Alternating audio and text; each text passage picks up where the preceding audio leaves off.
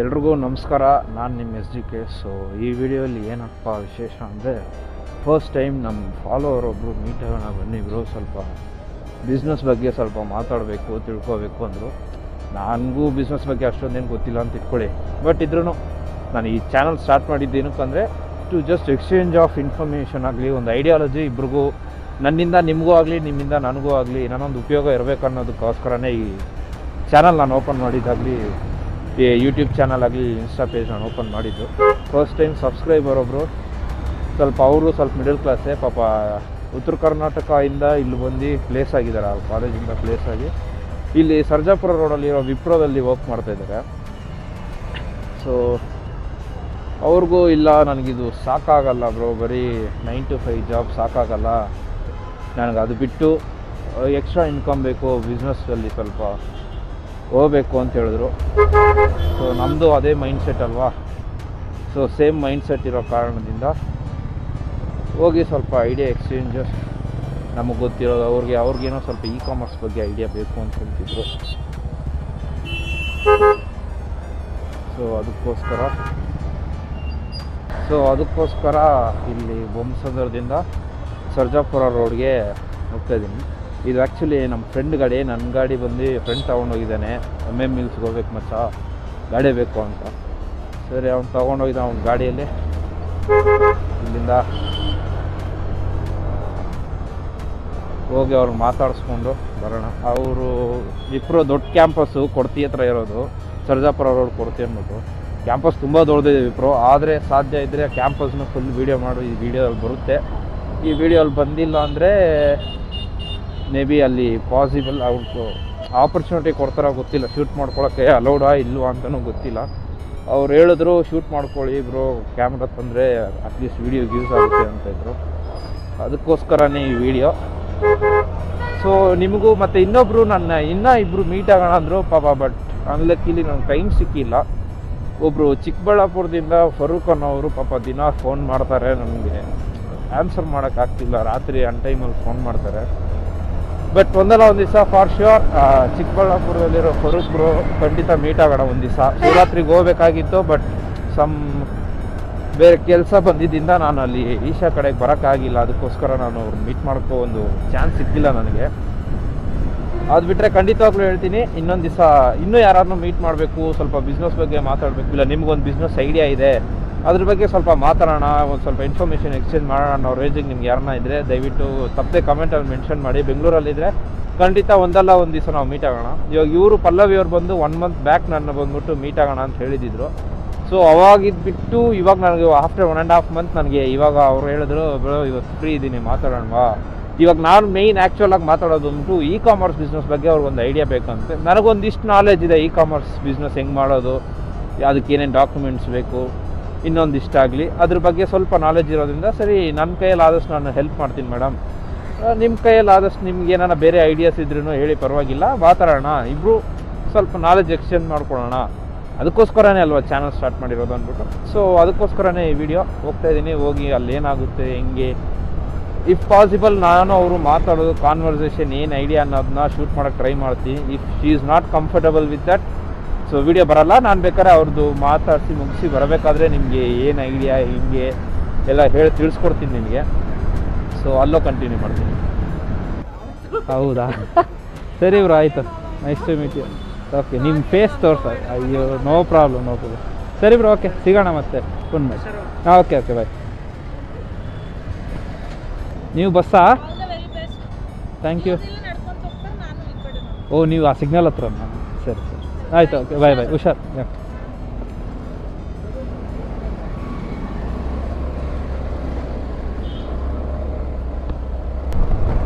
So ಇವಾಗ ಏನಪ್ಪ ಘಟನೆ ಅಂದರೆ, ವಿಪ್ರೋ ಒಳಗೆ ನೋಡ್ತಿರ್ಬೋದು, ವಿಪ್ರೋ ಒಳಗೆ ಬಂದ್ಬಿಟ್ಟು ಕ್ಯಾಮ್ರಾ ಅಲೋಡ್ ಇಲ್ಲ.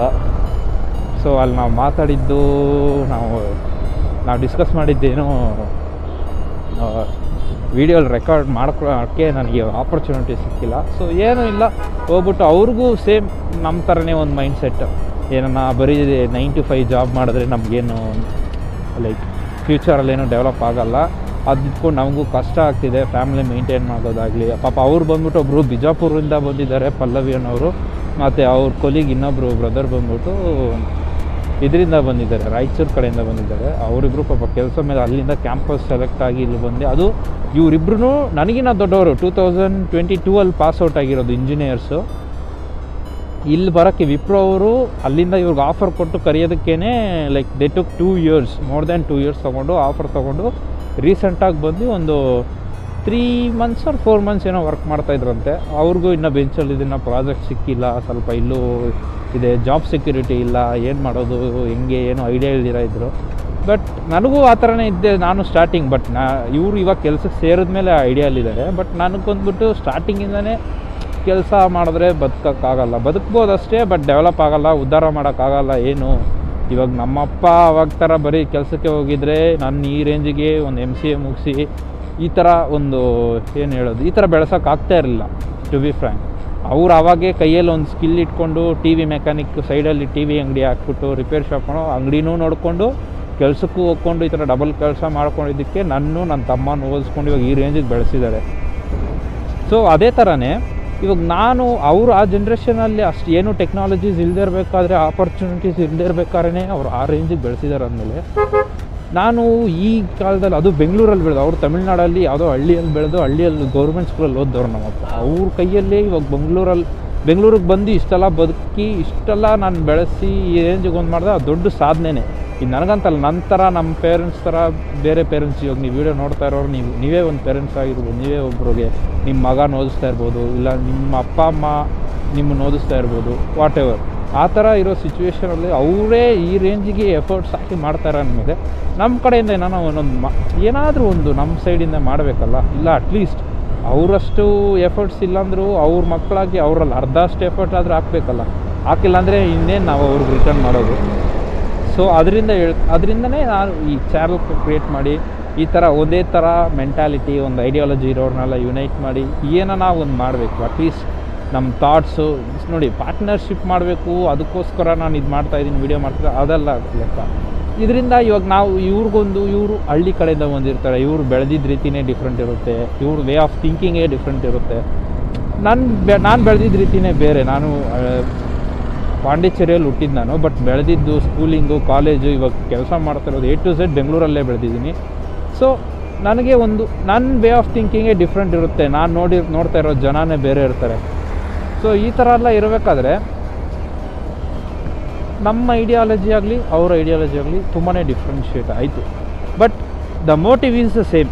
ಇಬ್ಬರು ಏನು ಮಾಡಬೇಕು, ನನ್ನ ಮೋಟಿವ್ ಇದ್ದಿದ್ದೇನೆಂದರೆ ಈ ಬಿಸ್ನೆಸ್ ಮಾಡಬೇಕಂದ್ರೆ ಯಾವ ರೀತಿಯಲ್ಲೆಲ್ಲ ಬಿಸ್ನೆಸ್ ಮಾಡ್ಬೋದು. ನಾನು ಒಂದು 3 ವರ್ಷದಿಂದ ಸಣ್ಣ ಪುಟ್ಟ ಪಾಯಿಂಟ್ಸ್ ಎಲ್ಲ ಕಲೆಕ್ಟ್ ಮಾಡಿ ನನ್ನ ಹತ್ರ ಒಂದು ಐಡಿಯಾ ಇತ್ತು. ಇವಾಗ ಅದೇ ಥರ ಅವ್ರ ಹತ್ರನೂ ಅವ್ರಿಗೆ ಐಡಿಯಾ ಇರಲಿಲ್ಲ ಅಂದ್ಬಿಟ್ಟು ಸರಿ ಈ ಥರ ಮೀಟ್ ಆಗೋಣ ಅಂತ ಫೋನ್ ಹಾಕಿ ಕೇಳ್ಕೊಂಡ್ರು.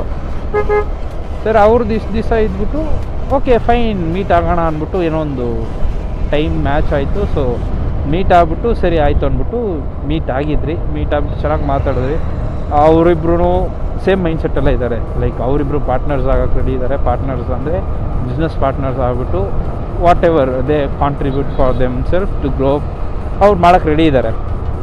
ಸೊ ನನ್ನ ಕಡೆಯಿಂದ ಏನಾಯಿತು, ನಾನು ಹೋಗ್ಬಿಟ್ಟು ಇ ಕಾಮರ್ಸ್ ಮಾಡೋಕ್ಕೆ ಏನೇನು ಬೇಕು, ಎಷ್ಟು ಬಡ್ಜೆಟ್ ಆಗುತ್ತೆ, ಇಲ್ಲ ಒಂದು ಹೋಟೆಲ್, ಇಲ್ಲ ಸಣ್ಣದಾಗಿ ಒಂದು ಕಾಫೆ ಥರ, ಸ್ನ್ಯಾಕ್ ಕಾಫೆ ಥರ ಏನಾನ ಮಾಡಬೇಕಂದ್ರೆ ಎಷ್ಟು ಖರ್ಚಾಗುತ್ತೆ, ಈ ಥರ ಏನಾನ ಒಂದು ಐಡಿಯಾಲಜಿ ಏನಾನ ಇದ್ದರೆ ಸುಮ್ಮನೆ ಮೀಟ್ ಆಗ್ಬಿಟ್ಟು ಇಷ್ಟೊತ್ತು ಒಂದು 1 hour ನಾನು 12:40 ಹಂಗೆ ರೀಚ್ ಆದೆ.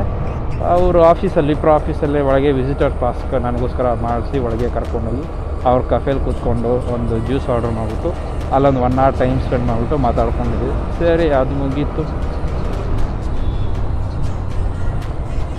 So that is what. So ಈ ಥರ ಒಂದೇ ಥರ ಮೈಂಡ್ಸೆಟ್ ಇರೋರು ಸ್ವಲ್ಪ ಮ್ಯಾಚ್ ಆಗಿ, ನೀವು ಅಟ್ಲೀಸ್ಟ್ ನಿಮ್ಮ ಕಡೆಯಿಂದ ಏನು ಹೆಲ್ಪ್ ಆಗಿಲ್ಲ ಅಂದರೂ ಪರವಾಗಿಲ್ಲ, ಅಟ್ಲೀಸ್ಟ್ ಮಾತಾಡೋದು, ಆ ಡಿಸ್ಕಷನಿಂದ ಒಂದು ಎಕ್ಸ್ಪೀರಿಯೆನ್ಸ್ ಸಿಗುತ್ತೆ, ಒಂದು ಅನುಭವ ಸಿಗುತ್ತೆ.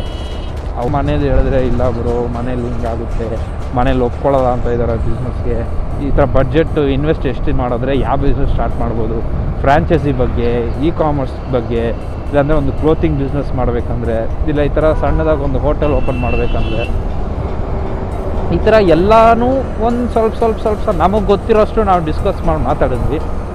ಇದರಿಂದ ನನಗೊಂದು ಏನು ಹೇಳೋದಂದರೆ, ಓಕೆ ನಮ್ಮ ಥರನೇ ಬೆಳಿಬೇಕು ಅನ್ನೋ ಇಂಟ್ರೆಸ್ಟಲ್ಲಿ ಬೇಜಾನು ಜನ ಇದ್ದಾರೆ.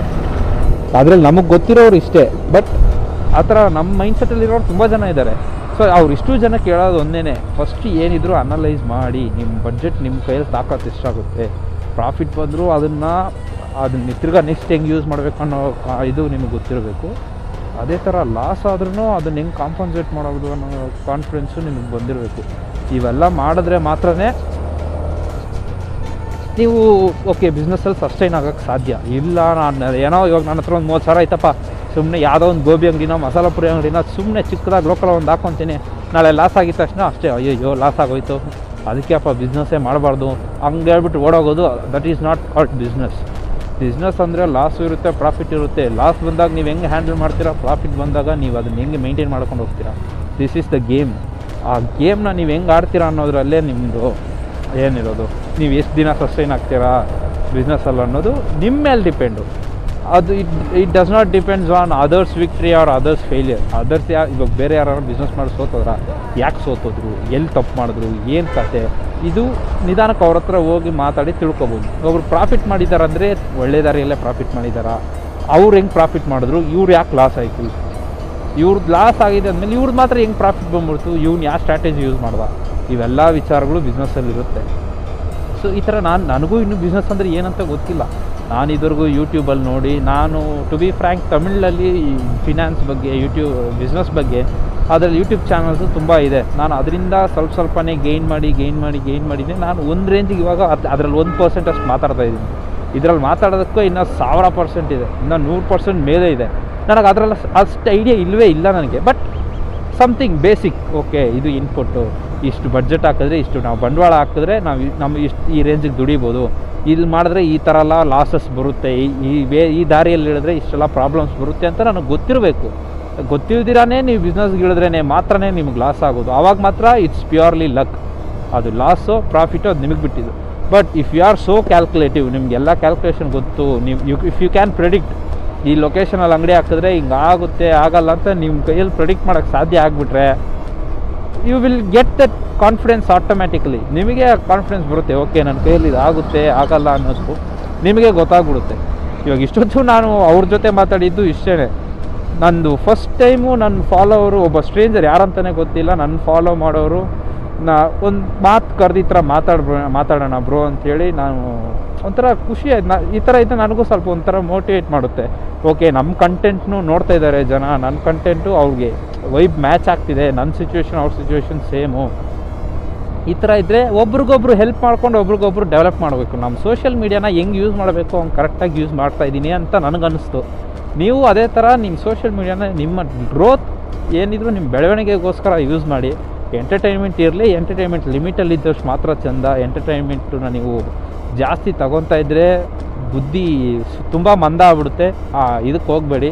ಸುಮ್ಮನೆ ರೀಲ್ಸ್ ತಳ್ಕೊಂಡು ಸುಮ್ಮನೆ ಯಾವ್ಯಾವುದೋ ಸಾಂಗ್ಸು ಎಂಟರ್ಟೈನ್ಮೆಂಟು ಇರಬೇಕು. ಎಂಟರ್ಟೈನ್ಮೆಂಟೇ ಬೇಡ ಅಂತ ನಾನು ಹೇಳ್ತಿಲ್ಲ. ಯಾವ ಲಿಮಿಟಲ್ಲಿ ಎಷ್ಟು ಯೂಸ್ ಮಾಡಬೇಕು ಅಷ್ಟು ಯೂಸ್ ಮಾಡಿ, ಎಲ್ಲರಿಗೂ ಒಳ್ಳೆಯದು. ಅದನ್ನೇ ಯೂಸ್ ಮಾಡಿಕೊಂಡು ಜೀವನದಲ್ಲಿ ಏನು ಬೇರೆ ಪ್ಲ್ಯಾನ್ಸು, ಫ್ಯೂಚರ್ ಪ್ಲ್ಯಾನ್ಸು ಏನೇನೋ ಇವಾಗ ಸಡನ್ನಾಗಿ ನಿಮ್ದು ಇವಾಗ ಕೆಲಸ ಮಾಡ್ತಾಯಿದ್ದೀರಾ, ಕೆಲಸದಿಂದ ತೆಗೆದಾಕ್ಬಿಟ್ರೆ ನೆಕ್ಸ್ಟ್ ಏನು ಮಾಡ್ತೀರ ಅನ್ನೋ ಒಂದು ಪ್ಲ್ಯಾನೇ ಇಲ್ಲ. ಇನ್ನೊಬ್ಬರ ಮೇಲೆ ಡಿಪೆಂಡ್ ಹಾಕ್ಕೊಂಡು, ನಿಮ್ಮ ಪೇರೆಂಟ್ಸ್ ಮೇಲೆ ಡಿಪೆಂಡ್ ಹಾಕ್ಕೊಂಡು ಇರಬೇಡಿ. ನೀವು ನಿಮ್ಮ ಸ್ವಂತ ಕಾಲಲ್ಲಿ ನಿಂತ್ಕೊಳ್ಳಿ, ಯಾರ ಮೇಲೂ ಡಿಪೆಂಡ್ ಆಗಬೇಡಿ. ಪಾರ್ಟ್ನರ್ಶಿಪ್ಪು ಲಿಮಿಟಲ್ಲಿ ಇರೋ ತನಕ ಚೆನ್ನಾಗಿರುತ್ತೆ. ಪಾರ್ಟ್ನರ್ಶಿಪ್ಪಲ್ಲಿ ಒಂದು ರೇಂಜ್ ಆದಮೇಲೆ ನೀವು ಎಷ್ಟೇ ಒಳ್ಳೆಯವರಾಗಿ, ಎಷ್ಟೇ ಚೈಲ್ಡ್ಹುಡ್ ಫ್ರೆಂಡ್ಸು, ಕ್ಲೋಸ್ ಫ್ರೆಂಡ್ಸ್ ಆಗಿರೋ ಒಂದಲ್ಲ ಒಂದು ನಿಮ್ಮ ಕಡೆಯಿಂದ ಇರಲ್ಲ, ಮೂರನೇ ಪರ್ಸನ್ನಿಂದ ಬಂದು ಅದು ಖಂಡಿತವಾಗ್ಲೂ ನಿಮ್ಮ ರಿಲೇಷನ್ಶಿಪ್ನ 200% ಸ್ಪಾಯ್ಲ್ ಮಾಡುತ್ತೆ. ಸೊ ದಯವಿಟ್ಟು ಹೇಳ್ತಾ ಇದ್ದೀನಿ, ಇಂಡಿವಿಜುವಲ್ ವೆಂಚರ್ಸ್ ನಿಮ್ಮದೇನಿದ್ರು ನೀವೇ ನೋಡ್ಕೋಬೇಕು. ಆ ಥರ ನೋಡ್ಕೊಳ್ಳಿ. ನಾಳೆ ಲಾಭ ಬಂದರೂ ಅದಕ್ಕೆ ನೀವೇ ಕಾರಣ, ಲಾಸ್ ಆದರೂ ಅದಕ್ಕೆ ನೀವೇ ಕಾರಣ. You are responsible for both your losses and your profit, whatever. ಆ ರೇಂಜ್ಗೆ ನೀವು ಕರೆಕ್ಟಾಗಿ ಪ್ಲ್ಯಾನ್ ಮಾಡಿಕೊಂಡು ಟು ಬಿ ಲೈಕ್ ಹೆಂಗೆ ಹೇಳ್ಬೇಕಂದ್ರೆ ಬಿ ಕ್ಯಾಲ್ಕುಲೇಟಿವ್, ತುಂಬ ಕ್ಯಾಲ್ಕುಲೇಟಿವ್ ಆಗಿರಿ. ಹಿಂಗೋದ್ರೂ ನಾನು ಬದುಕ್ಕೊತೀನಿ, ಲಾಸ್ ಆದರೂ ನಾನು ಬದುಕ್ಕೊತೀನಿ. ಫಸ್ಟ್ ಸ್ಟೆಪ್ಪು ಬಿಸ್ನೆಸ್ಸಲ್ಲಿ ಪ್ರಾಫಿಟ್ ಮಾಡೋದಲ್ಲ. ಫಸ್ಟ್ ಸ್ಟೆಪ್ಪು ಬಿಸ್ನೆಸ್ಸಲ್ಲಿ ಲಾಸ್ ಆಗದಿರೋಂಗೆ ಸಸ್ಟೈನ್ ಆಗಬೇಕು. ನೀವು ಲಾಸ್ ಆಗದಿರೋ ಸಸ್ಟೈನ್ ಆಗಿಬಿಟ್ರೆ, ಒಂದು ಎಕ್ಸ್ಪೀರಿಯೆನ್ಸ್ ಸಿಕ್ಬಿಟ್ರೆ ನಿಮಗೆ, ಅದಾದಮೇಲೆ ಒಂದು ಸ್ವಲ್ಪನೇ ಕೀ ಪಾಯಿಂಟ್ಸ್ ಆ್ಯಡ್ ಮಾಡ್ತಾ ಪೀಕ್ ಪ್ರಾಫಿಟ್ ಎಲ್ಲೋ ಹೋಗ್ಬಿಡುತ್ತೆ ನಿಮ್ಮದು. ಆದರೆ ಅದಕ್ಕೆ ನಿಮಗೆ ತುಂಬ ಪೇಷನ್ಸ್ ಇರಬೇಕು, ಮ್ಯಾನ್ ಹ್ಯಾಂಡ್ಲಿಂಗ್ ಇರಬೇಕು, ಕಸ್ಟಮರ್ ಹ್ಯಾಂಡ್ಲಿಂಗ್ ಇರಬೇಕು, ಒಬ್ರನ್ನ ಹೆಂಗೆ ಕೆಲಸ ಮಾಡಿಸೋದು ಅಂತಿರಬೇಕು. ಅಲ್ಲಿ ಏನಾರ ತಪ್ಪು ನಡೆದ್ರೆ ನೀವು ಇಳಿದು ಕೆಲಸ ಮಾಡೋ ರೇಂಜಿಗೂ ನೀವು ಇರಬೇಕು. ಇಷ್ಟೆಲ್ಲ ಇದ್ದರೆ ಮಾತ್ರನೇ ಒಂದು ಸಕ್ಸಸ್ಫುಲ್ ಬಿಸ್ನೆಸ್. ಇದ್ರ ಮಧ್ಯೆ ನಿಮ್ಮ ಮೆಂಟಲ್ ಹೆಲ್ತ್ ತುಂಬ ಇಂಪಾರ್ಟೆಂಟ್.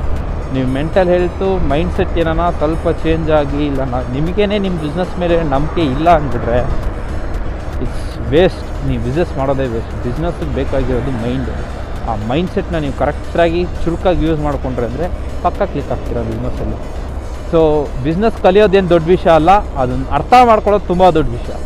ಸೊ ನಾನು ಇನ್ನೂ ಅರ್ಥ ಮಾಡ್ಕೊಳ್ಳೋದ್ರಲ್ಲಿ ಫಸ್ಟ್ ಸ್ಟೇಜ್. ನಾನು ಇನ್ನೂ ಬಿಗಿನರೇನೆ. ನನಗೆ ಗೊತ್ತಿರೋ ಬಿಸ್ನೆಸ್ ಐಡಿಯಾಸ್, ನನಗೆ ಗೊತ್ತಿರೋದು ಏನೇ ಇದ್ರೂ ನಾನು ನನ್ನ ಇದರಲ್ಲಿ ಪೋಸ್ಟ್ ಮಾಡ್ತಾಯಿರ್ತೀನಿ. ಸೊ ಫಾಲೋ ಅಪ್ ಆಗೋರು ಫಾಲೋ ಅಪ್ ಆಗಿ, ನಿಮ್ಗೆ ಯೂಸ್ಫುಲ್ ಆಗಿದ್ದರೆ ಫಾಲೋ ಅಪ್ ಆಗಿ. ನನ್ನ ಕೈಯಲ್ಲಿಂದ ನಿಮ್ಗೇನ ಹೆಲ್ಪ್ ಮಾಡೋಕ್ಕಿದ್ರೆ ನಾನು ಖಂಡಿತ ಮಾಡ್ತೀನಿ. ಆ್ಯಂಡ್ ಈ ವಿಡಿಯೋಲ್ಲಿ ದಯವಿಟ್ಟು ಫರೂಕ್ ಬ್ರೋ ಅವ್ರಿಗೆ ತುಂಬ ಸಾರಿ ಹೇಳ್ಕೊತೀನಿ. ಪಾಪ ಅವ್ರು 1 ತಿಂಗಳಿಂದನೇ ಮೀಟ್ ಮಾಡೋಣ ಅಂತಾಯಿದ್ರು. ಬಟ್ ಇಲ್ಲಿಂದ ಚಿಕ್ಕಬಳ್ಳಾಪುರ ತನಕ ಬಂದು ಹೋಗೋಕ್ಕೆ ನನಗೆ ಟೈಮ್ ಸಿಗ್ತಾ ಇಲ್ಲ. ತುಂಬ ಆಲ್ರೆಡಿ ಪರ್ಸನಲ್ ಇಶ್ಯೂಸು ಸ್ವಲ್ಪ ಜಾಸ್ತಿ ಇದೆ, ಅದರಿಂದ ಬರೋಕ್ಕಾಗಿಲ್ಲ. ತಪ್ಪು ತಿಳ್ಕೊಬೇಡಿ. ಒಂದಲ್ಲ ಒಂದು ದಿವಸ ಖಂಡಿತ ಚಿಕ್ಕಬಳ್ಳಾಪುರ ಕಡೆ ಬಂದು ನಾನು ಫರೂಕ್ ಬ್ರೋ ನಾನು ಮೀಟ್ ಮಾಡ್ತೀನಿ. ಸ್ವಲ್ಪ ಡೈಲಿ ರಾತ್ರಿ ಫೋನ್ ಮಾಡ್ತಾರೆ, ನಾನು ಮಲಗಿಬಿಟ್ಟಿರ್ತೀನಿ. So one or the other day we gonna meet Farooq ಅವರೇ. ಸೊ ಇಷ್ಟು ಹೇಳ್ತಾ ಈ ವಿಡಿಯೋನ ಎಂಡ್ ಮಾಡ್ಕೊತೀನಿ. And thank you so much for those 2 followers of mine who called me for the meetup. ತುಂಬ ಖುಷಿ ಆಯಿತು. ಒಂಥರ ಏನೋ ಒಂದು ನಮ್ಮಿಂದ ಒಂದು ಅಲ್ಲಿ ಕೊಟ್ಟು ಅವರಿಂದ ಏನೋ ಒಂದು ಥಾಟ್ ಪ್ರಾಸೆಸ್ನ ಒಂದು ತಗೊಬಂದಂಗೆ ಒಂದು ಫೀಲು ಚೆನ್ನಾಗಿತ್ತು. ಇದು ಹಿಂಗೆ ಕಂಟಿನ್ಯೂ ಆದರೆ 101% one R the other day we all ಗೋನ be successful in our life with our business or what ever. So ನೀವು ಈ ವಿಡಿಯೋಗೋಸ್ಕರ ಅಂತಲ್ಲ, ನಿಮ್ಮ ಫ್ರೆಂಡ್ಸ್ ಒಳಗೇನೆ ಯಾವ್ದಾರ ಬಿಸ್ನೆಸ್ ಥಾಟ್ಸ್ ಇದ್ದರೆ ಮಾತಾಡಿ, ಒಬ್ರಿಗೊಬ್ರು ಶೇರ್ ಮಾಡ್ಕೊಳ್ಳಿ, ಹೆಲ್ಪ್ ಮಾಡಿ. ತುಂಬ ಹೆಲ್ಪ್ಫುಲ್ಲಾಗಿರುತ್ತೆ. ಅದು ಬಿಟ್ಬಿಟ್ಟು ನಿಮ್ಮ ಐಡಿಯಾ ನಿಮ್ಮೊಳಗೇ ಮುಚ್ಚಿಕೊಂಡಿದ್ಬಿಟ್ಟು ನಾನು ಒಬ್ಬನೇ ಬೆಳೆದ್ಬಿಡ್ತೀನಿ ಅಂದರೆ ಅದು ಆಗಲ್ಲ. ಅದು ಇರಬೇಕು, ಬಟ್ ಅದು ಎಲ್ಲಿರಬೇಕು ಅಲ್ಲಿ ಮಾತ್ರ ಇರಬೇಕು. ಎಲ್ಲರ ಹತ್ರನೂ ನೀವು ಹಂಗೆ ಇರ್ತೀನಿ ಅಂತ ತುಂಬ ಸ್ವಾರ್ಥಿಗಳಾಗೂ ಇರಬಾರ್ದು. ನಾವು ಬೆಳಿಬೇಕಾದ್ರೆ ಎಲ್ಲರನ್ನೂ ಬೆಳೆಸೋಣ. ಓಕೆ, ನಮ್ಗೆ ಅವ್ರು ಸೆಟ್ ಆಗ್ತಾ ಇಲ್ವಾ, ಅವ್ರನ್ನ ಹಾಳು ಮಾಡೋದು ಬೇಡ. ಓಕೆ, ಅವರಿಂದ ದೂರ ಬಂದುಬಿಡೋಣ. ನಮ್ಮ ಕೆಲಸ ಏನೋ ನಾವು ನೋಡ್ಕೊಂಡು ಹೋಗೋಣ. ಆದರೆ ನಮ್ಮ ಸುತ್ತಮುತ್ತ ಇರೋರನ್ನ ಹಂಗೆ ಜೊತೆ ಕೈ ಹಿಡ್ಕೊಂಡು ಬೆಳೆಸ್ಕೊಂಡು ಹೋಗೋಣ. ಎಲ್ಲ ನಮ್ಮವರೇ ತಾನೇ. ಸೊ ಇಷ್ಟು ಹೇಳ್ತಾ ಈ ವಿಡಿಯೋನ ಮುಗಿಸ್ಕೊತೀನಿ. ನೀವೇನ ಹೊಸ ವ್ಯೂವರ್ ಆಗಿದ್ದರೆ ತಪ್ಪದೆ ಸಬ್ಸ್ಕ್ರೈಬ್ ಮಾಡ್ಕೊಬಿಡಿ. ಫ್ಯೂಚರಲ್ಲಿ ಇನ್ನು moto vlogs, finance related videos, business related videos or anything related to life or middle class, especially middle class ಬಗ್ಗೆ ತುಂಬ ವೀಡಿಯೋಸ್ ಬರ್ತಾ ಇರ್ತವೆ. ತಪ್ಪದೆ ನೋಡಿ ಆ್ಯಂಡ್ ಸಬ್ಸ್ಕ್ರೈಬ್ ಮಾಡ್ಕೊಳ್ಳಿ. ಏನಿದ್ರು ಮುಂದೆ ನೋಡೋಣ. So that's all for today. Take care. Love you all. Bye bye.